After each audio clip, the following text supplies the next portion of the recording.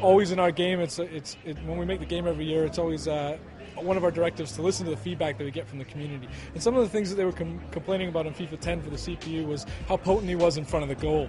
So we've done a lot of work to improve his shot decision and how effective he is on one-on-ones, especially on the professional difficulty level, so that when he does when you do give up a chance and he does get in on goal, he's gonna take the chance more often than not, which obviously makes for a more challenging experience. And at the higher levels, obviously, you really got to be on your guard to make sure you're not giving up good chances as a CPU.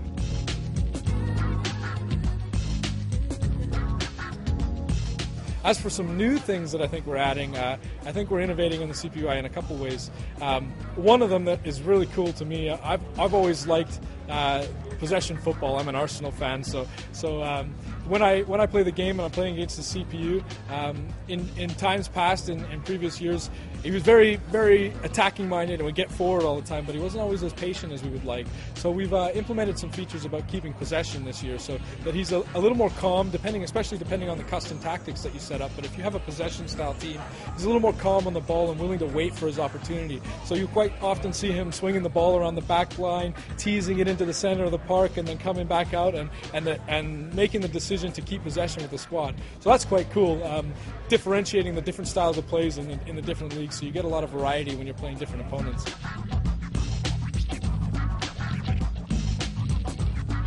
Personality Plus is one of our big features this year, where we're trying to really work hard on the attributes and make players feel like they're real-life counterparts. So this is really cool for us on the CPU AI side of things, because when you're playing against the CPU, better dribblers will do more trying to take you on.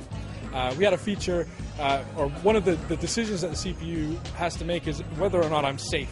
So as he's dribbling around the pitch, he needs to make a decision: do I pass? Do I continue to dribble? Do I turn away? And one of the ways he does this is he has something that we call a safe zone, where as an opponent will approach him, he'll determine whether he's becoming safe or not. And this logic in past years has been very generic, so everybody's safe zone was relatively similar.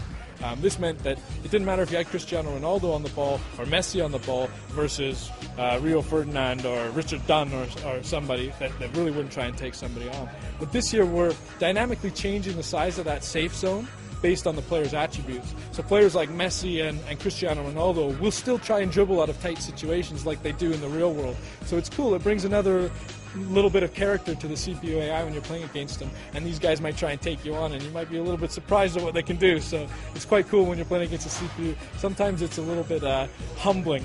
So I'm quite excited about that feature this year too.